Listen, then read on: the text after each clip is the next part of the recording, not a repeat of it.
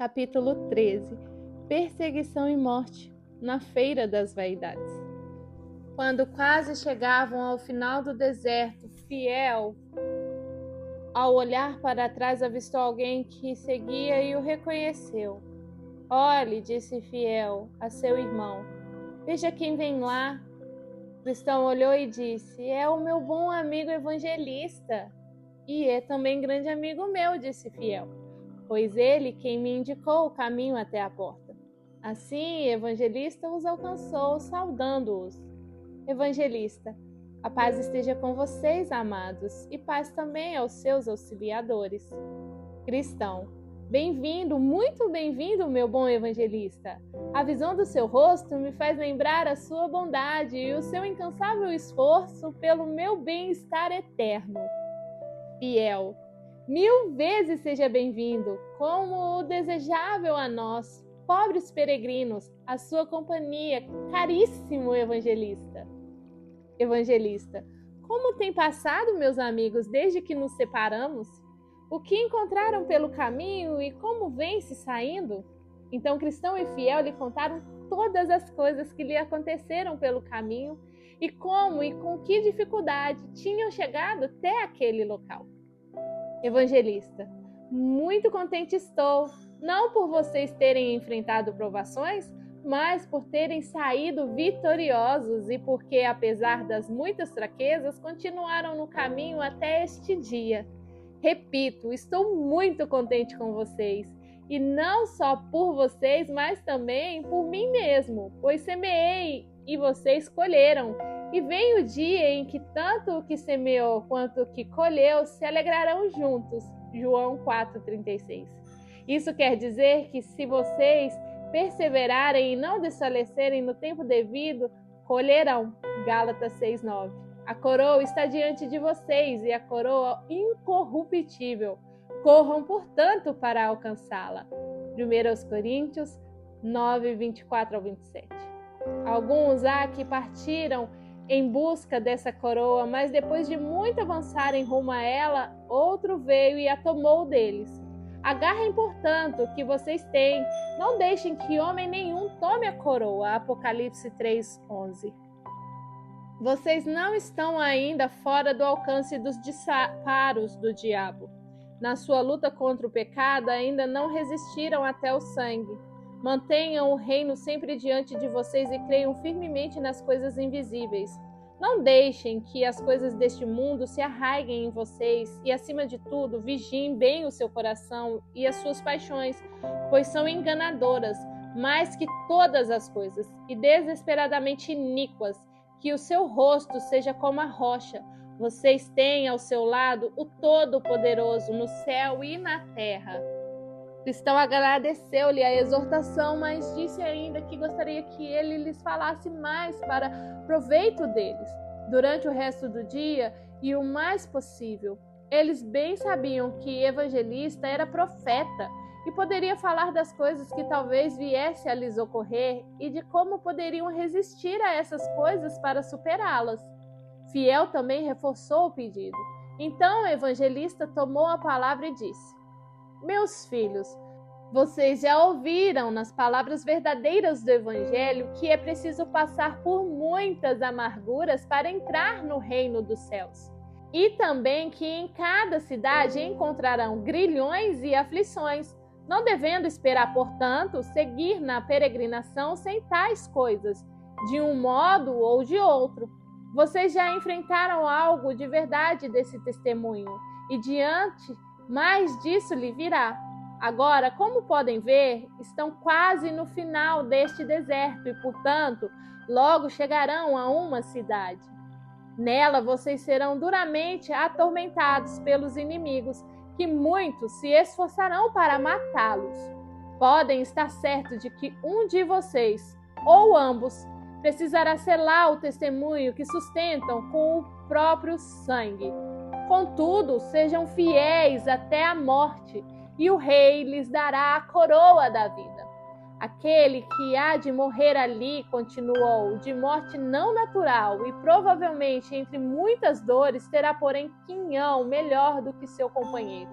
Não só porque chegará mais cedo à cidade celestial, mas porque será poupado de muitas angústias que o outro encontrará no restante da jornada. Quando, porém, chegarem à cidade e se cumprirem o que acabei de lhes dizer, então lembre-se de seu amigo e procedam como homens, e não deixem de conservar a sua alma para Deus, seu fiel Criador. Então vi em meu sonho que, ao sair do deserto, os 2 peregrinos logo viram à frente uma cidade, e seu nome era Vaidade. Lá acontece uma feira chamada Feira das Vaidades, pois a cidade é mais frívola que a vaidade, e também porque tudo o que se vende ali ou que ali chega é vaidade. Como diz o sábio, tudo o que vem é vaidade. Eclesiastes 1:2. Essa feira não é negócio novo, mas muito antigo. Vejam só sua origem. Quase 5.000 anos atrás já havia peregrinos caminhando rumo à cidade celestial. Como hoje essas 2 pessoas honestas, Beelzebu, Apolião e Legião, com seus companheiros, percebendo que o caminho dos peregrinos rumo à cidade sempre passava por este local chamado Vaidade, planejaram então estabelecer ali uma feira em que se vendesse toda a sorte de vaidade e que durasse o ano inteiro. Assim, nessa feira vende-se todo tipo de mercadoria: casa, terreno, negócio, lugares, honrarias, títulos, países, reinos, paixões, prazeres e deleites de toda espécie, como também meretrizes, cafetinas, esposas, maridos, filhos, senhores, servos, vidas, sangue, corpos, alma, prata, ouro, pérola, pedras preciosas e tudo mais. E além disso, nessa feira sempre se vêem mágicas, engodos, jogos, brincadeiras, palhaços, místicos, ilusionistas e velhaços de toda a sorte. Ali também se vêem, e sem motivo, furto, assassinato, adultério, prejuízo, tudo bem tingido de vermelho sangue. Como em outras feiras de menor importância, há várias vielas e ruas de nomes característicos onde se vendem tais e quais mercadorias. Assim, igualmente, os produtos de certos países e reinos são vendidos em locais, vielas e ruas determinadas. Há, por exemplo, a Rua Britânica, a viela francesa, a via italiana, a travessa espanhola, a alameda alemã, onde se vendem vários tipos de vaidade. Mas, como em outras feiras, certo produto funciona como carro-chefe de todo o negócio. Nessa, o artigo de Roma são fartamente divulgados. Somente a nação inglesa, ao lado de algumas outras, desenvolveu repulsa pela agitação. Ora, como já disse, o caminho até a cidade celestial passa justamente por esse lugar onde acontece essa feira devassa. E aquele que vai à cidade, mas não passa por tal lugar, deve necessariamente sair do mundo. 1 Coríntios 5:10. O próprio príncipe dos príncipes, quando aqui esteve, passou por essa cidade rumo à sua própria terra. E isso também em dia de feira. Sim, e acho que até que foi Beelzebu, senhor e líder da feira, que o convidou a comprar de suas vaidades. Se Cristo, ao passar pela cidade, tivesse adorado Beelzebu, este o teria feito senhor da feira. Sim, por ser ele pessoa de dignidade, Beelzebu o levou de rua em rua, mostrando-lhe um pouco de todos os reinos do mundo, para, se possível, incitar o bem-aventurado a banhar-se e comprar algumas de suas vaidades. Mateus 4:8 e Lucas 4:5-7. Mas ele não se interessou nem um pouco pelos artigos, e assim deixou a cidade sem gastar sequer um centavo com seus produtos. A feira, portanto, é coisa antiga, de longa data e extremamente ampla e variada. Esses peregrinos, como já mencionei, precisavam atravessar a feira, e assim o fizeram. Mas eis que, ao entrar na feira, todas as pessoas da feira, como também da própria cidade, lhes abriram caminho, formando um rebuliço em torno deles, por diversas razões. Primeiro, os peregrinos trajavam vestes muito diferentes daquelas usadas por qualquer um dos que negociavam na feira. Por conseguinte, as pessoas da feira não tiravam os olhos deles. Alguns diziam que eram idiotas, outros que eram lunáticos, outros ainda bárbaros estrangeiros. Segundo, ainda assim, como admitiram os trajes dos dois homens, também se espantaram com o que diziam, pois pouco conseguiam entender o que falavam. Eles naturalmente falavam língua de Canaã, mas os que tocavam a feira eram homens deste mundo, portanto, de um lado a outro da feira, pareciam bárbaros uns para os outros. Terceiro, e algo que não provocou a menor admiração nos mercadores. Os peregrinos mal chegaram a reparar nos artigos à venda, nem sequer se dignavam a olhar as mercadorias. E se os chamavam para oferecer algum produto, os dois tapavam os ouvidos, bradavam: desvia os meus olhos de coisas inúteis. Salmos 19:37. E olhavam para o alto, sugerindo que seus negócios estavam lá no céu. Certo homem, observando o comportamento dos dois, disse zombeteiro: o que vocês vão comprar? Mas eles, lançando-lhe olhar grave, disseram: compramos a verdade. Provérbios 23:23. Isso serviu de motivo para que desprezassem ainda mais os peregrinos. Alguns escarneciam, outros ridicularizavam, outros repreendiam e alguns arrebanhavam gente para espancá-los.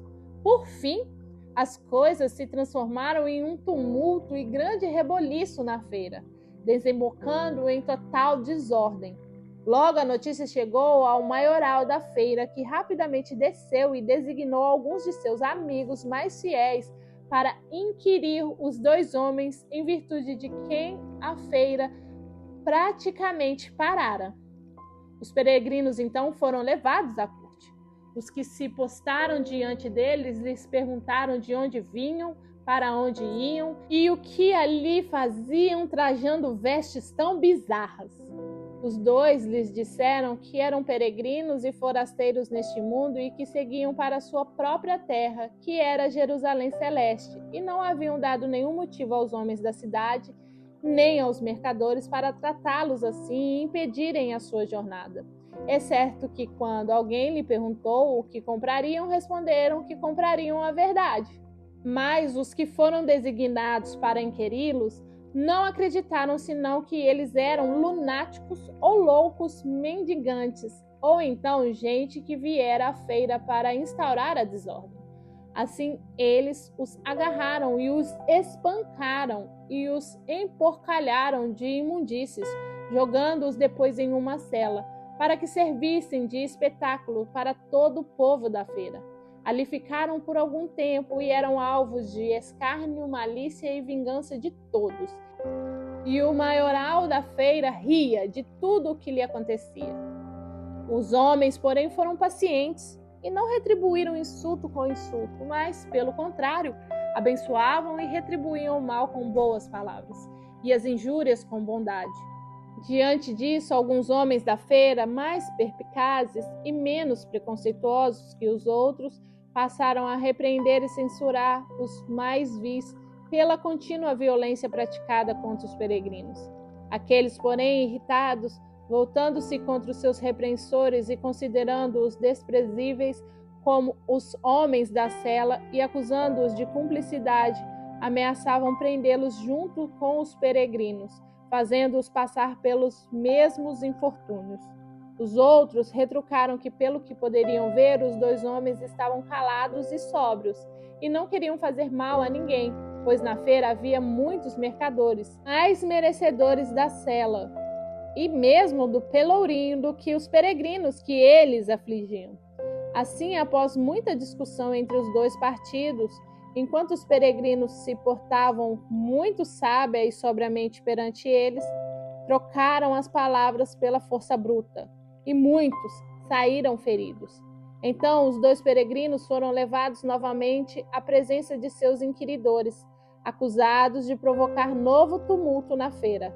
Foram cruelmente açoitados e presos em grilhões, desfilaram pela feira como exemplo e terror para os outros, para que ninguém mais os defendesse nem se unissem a eles. Cristão e Fiel, no entanto, se comportaram ainda mais sabiamente e aceitaram a ignomínia e a vergonha que lhe era lançada ao rosto com tanta mansidão e paciência que conquistaram para a sua causa vários homens da feira, embora bem pouco em comparação com os outros. Isso enfureceu ainda mais o outro partido, que então concluiu ser a morte dos dois a única saída. Assim argumentaram que nem a sela nem os grilhões serviriam mais e que mereciam a morte pela violência que provocaram e por terem iludido os homens da feira. Foram mandados de volta à cela até que se expedisse nova ordem a respeito dos dois. No cárcere ainda suportaram o suplício do tronco. Ali, novamente, se lembraram do que ouviram de seu fiel amigo evangelista e se sentiram ainda mais confirmados em seu caminho e em seu padecimento por aquilo que lhes dissera que ocorreria. Também se consolavam um ao outro, ponderando que aquele cujo quinhão fosse a dor, esse teria a melhor recompensa. Assim, cada um dos dois secretamente desejava ser escolhido. Porém, ambos se colocaram à sábia mercê daquele que rege todas as coisas, e conformados aceitavam a miséria em que se achava, até que as coisas tomassem novo rumo. Então, no tempo oportuno, foram levados a julgamento para que fossem condenados. Chegada a hora, foram apresentados perante seus inimigos e acusadores. O juiz se chamava Ódio ao Bem. A acusação era essencialmente a mesma para os dois. E, embora variasse ligeiramente na forma, o conteúdo era o seguinte: eram inimigos e perturbadores dos negócios. Haviam provocado tumulto e divisão na cidade e arrebanharam um partido para sua perigosíssima opinião, em despeito à lei do príncipe. Então Fiel pediu a palavra e disse que só se insurgiu contra o que antes se insurgira contra o sublime dos sublimes. Disse ele: quanto aos distúrbios, não os provoquei, sendo eu homem de paz. O grupo que tomou nosso partido fez por enxergar em nós a verdade e a inocência, e nada mais fizera que trocar o pior pelo melhor. Quanto ao rei de que os senhores falam, sendo ele Beelzebu, inimigo do nosso Senhor, eu resisto a ele e a todos os seus anjos. Então, convocaram à frente os homens escolhidos para testemunhar pelo Senhor, o rei, contra o prisioneiro. Surgiram 3 testemunhas, a saber, inveja, superstição e bajulação. As 3 foram interrogadas. Perguntaram se elas conheciam o prisioneiro presente no tribunal e o que tinham a dizer a favor de seu senhor, o rei, e contra Fiel. Inveja logo se adiantou, dizendo: Meritíssimo, já conheço esse homem há algum tempo e atesto sob juramento perante esta respeitada corte que ele é. Juiz: espere, que antes preste juramento. Então a fizeram jurar, e novamente a testemunha tomou a palavra. Meritíssimo, esse homem, apesar de seu nome plausível, é um homem dos mais vis da nossa terra, pois não respeita príncipe nem povo, lei nem costume, mas faz tudo o que pode para conquistar todos os homens com algumas das suas ideias desleais, que ele, em geral, domina princípios de fé e santidade. E, em especial, eu mesmo ouvi certa feita afirmar que o cristianismo e os costumes da nossa cidade de vaidade eram detrimentalmente opostos e não poderiam ser conciliados. Por tais palavras, Meritíssimo, ele não apenas condena de uma só vez todos os nossos louváveis atos, mas também nos condena a nós mesmos, porque o realizamos. Juiz: você tem algo mais a dizer? Inveja: Meritíssimo, eu poderia dizer ainda muito mais, mas não quero entediar a corte. Porém, se necessário for, depois que os outros cavalheiros tiverem apresentado as suas provas, caso ainda falte algum elemento para condená-lo, poderei então acrescentar mais coisas ao meu testemunho. Então a testemunha recebeu ordem de aguardar. Em seguida convocaram a superstição e mandaram que olhasse para o prisioneiro. Perguntaram-lhe também o que poderia dizer pelo Senhor seu rei contra o réu. Assim, depois de prestar juramento, a segunda testemunha tomou a palavra. Superstição. Meretíssimo, não tenho grande familiaridade com este homem e longe de mim conhecê-lo mais a fundo. Contudo, isso sei, trata-se de um homem altamente periculoso, coisa que deduzi da conversa que outro dia travei com ele nesta cidade. Conversando então com este homem, ouvi-o dizer que nossa religião era nada, que por meio dela homem nenhum poderia jamais agradar a Deus. Bem sabe o meretíssimo juiz que dessas palavras necessariamente se infere que adoramos em vão, que chafurdamos, portanto, no pecado e que, consequentemente, seremos condenados. É isso que tenho a dizer. Depois foi a vez de bajulação prestar juramento. A seguir, perguntaram-lhe o que sabia e diria em nome do seu senhor, o rei, contra o prisioneiro presente no tribunal. Bajulação. Meretíssimo e senhores presentes, já conheço esse homem há muito tempo e ouvi falar coisas que não devem ser faladas. Ele injuriou nosso nobre príncipe Beelzebu e falou desdenhosamente de seus honrados amigos, cujos nomes são Lorde Velho Homem, Lorde Prazer Canal, Lorde Lascívio, Lorde Desejo de Vanglória, meu velho e bom Lorde Luxúria, o Barão Ganância e todos os outros nobres da corte. Ele disse ainda que se todos os homens acatassem sua opinião, se possível fosse, nem sequer um desses nobres continuariam a viver nesta cidade. Além disso, ele não temeu sequer insultar o Senhor Meretíssimo, hoje designado para ser seu juiz, chamando-o de impiedoso patife, além de muitos outros termos igualmente aviltantes, com que difamou a maior parte da aristocracia desta nossa cidade. Findo o falso testemunho de bajulação, o juiz dirigiu-se ao prisioneiro dizendo: apóstata, herege e traidor, você ouviu o que estes honestos cavaleiros testemunharam contra você? Fiel: posso porventura dizer algumas palavras em minha defesa? Juiz: calado, calado, você não merece mais viver, mas sim morrer aqui mesmo no tribunal, para que todos testemunhem nossa bondade para com você, porém, ouçamos o que tem a dizer. Fiel: em primeiro lugar, digo então, em resposta às palavras do Senhor Inveja, que jamais disse nada mais do que isso, que qualquer regra, lei, costume ou povo nitidamente contrário à palavra de Deus é diametralmente oposto ao cristianismo. Se algo de errado falei nisso, peço que me convençam do meu erro, e aqui me prontifico perante os senhores a me retratar. Em segundo lugar, continuou: quanto ao senhor Superstição e a sua acusação contra mim, só disse eu o seguinte, que na adoração de Deus exige-se fé divina, mas não pode haver fé divina sem a divina revelação da vontade de Deus. Portanto, tudo o que se insere no culto a Deus que não esteja de acordo com a revelação divina não se pode fazer senão por fé humana, fé que nada valerá para a vida eterna.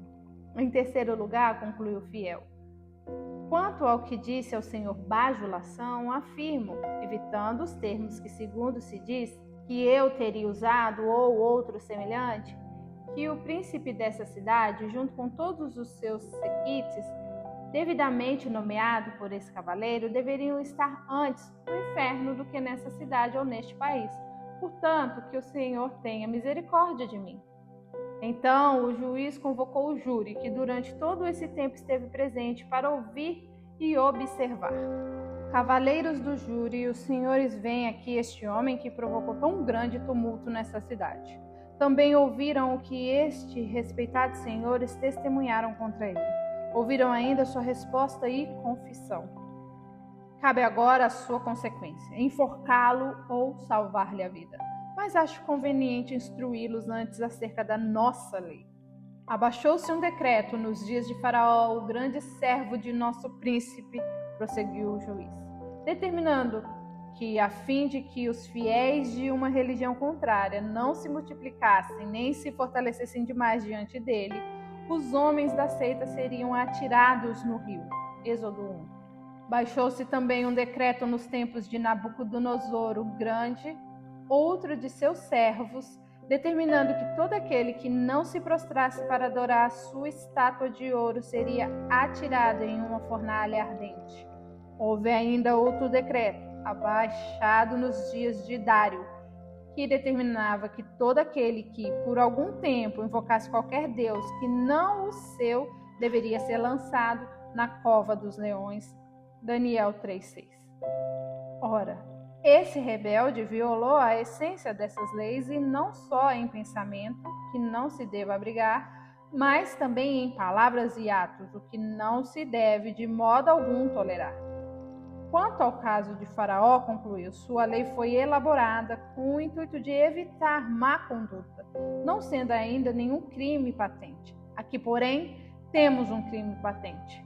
Quanto ao segundo e ao terceiro decreto, os senhores veem que Fiel contestou a nossa religião e, como acabou de confessar tal traição, merece nada menos do que a morte.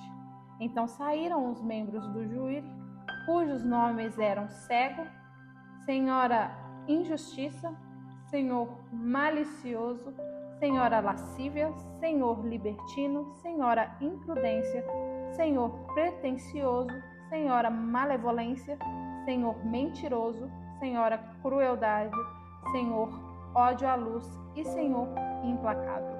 Cada um deles deu seu veredito privado contra o réu e depois unanimemente decidiram considerá-lo culpado perante o juiz. E assim pronunciou-se o Senhor Cego, o primeiro jurado. Vejo claramente que este homem é um herege. Despachemos esse homem da terra, disse depois a senhora Injustiça. Sim, concordou o senhor Malicioso, pois não suportou sequer olhar para ele. Eu nem posso aturá-lo mais, falou a senhora Lascívia. Nem eu, acordou o senhor Libertino, pois ele viveria sempre condenando a minha conduta. Enforque-no, bradou a senhora Imprudência. Mísero vira-lata, vociferou o senhor Pretensioso. Meu coração palpita contra ele, falou a senhora Malevolência. É um velhaco, acusou o senhor Mentiroso. Enforcá-lo é bom demais para ele, pronunciou-se a senhora Crueldade. Vamos tirá-lo do caminho, sugeriu o senhor Ódio à Luz. Por fim, falou o senhor Implacável. Se todo o mundo fosse meu, ainda assim não me conciliaria com ele. Portanto, importa que imediatamente o condenemos à pena de morte. E assim se fez. Condenou-se imediatamente o réu a ser despachado do lugar em que estava, aquele de onde viera, para que ali sofresse a morte mais cruel que se pudesse conceber. Portanto, levaram-o para fora para executá-lo segundo a lei. Primeiro o açoitaram, depois o espancaram, a seguir lancetearam sua carne com facas, mais tarde ainda o apedrejaram, o espetaram com espadas e por fim o queimaram na fogueira até virar cinzas. Foi esse o fim de Fiel. Ora, vi que por trás da multidão havia uma carruagem e uma emparelhada de cavalos esperando por Fiel, que assim que seus adversários o mataram, foi levado até lá e imediatamente transportado pelas nuvens ao toque de trombetas, caminho mais curto até o portão celestial. Quanto a Cristão, este teve certo alívio e foi mandado de volta à prisão, onde permaneceu por determinado tempo. Mas aquele que tudo governa, detendo nas mãos o poder de sua fúria, quis que Cristão aproveitasse a oportunidade para fugir, retomando seu caminho, e caminhando cantou: Bom fiel, fielmente confessaste ao teu Senhor, com ele tu terás a bênção no esplendor. Mas os infiéis e seus vãs bacanais lamentarão debaixo de dores infernais. Canta, fiel, canta, e teu nome sobreviva, que depois da morte vem a vida efusiva.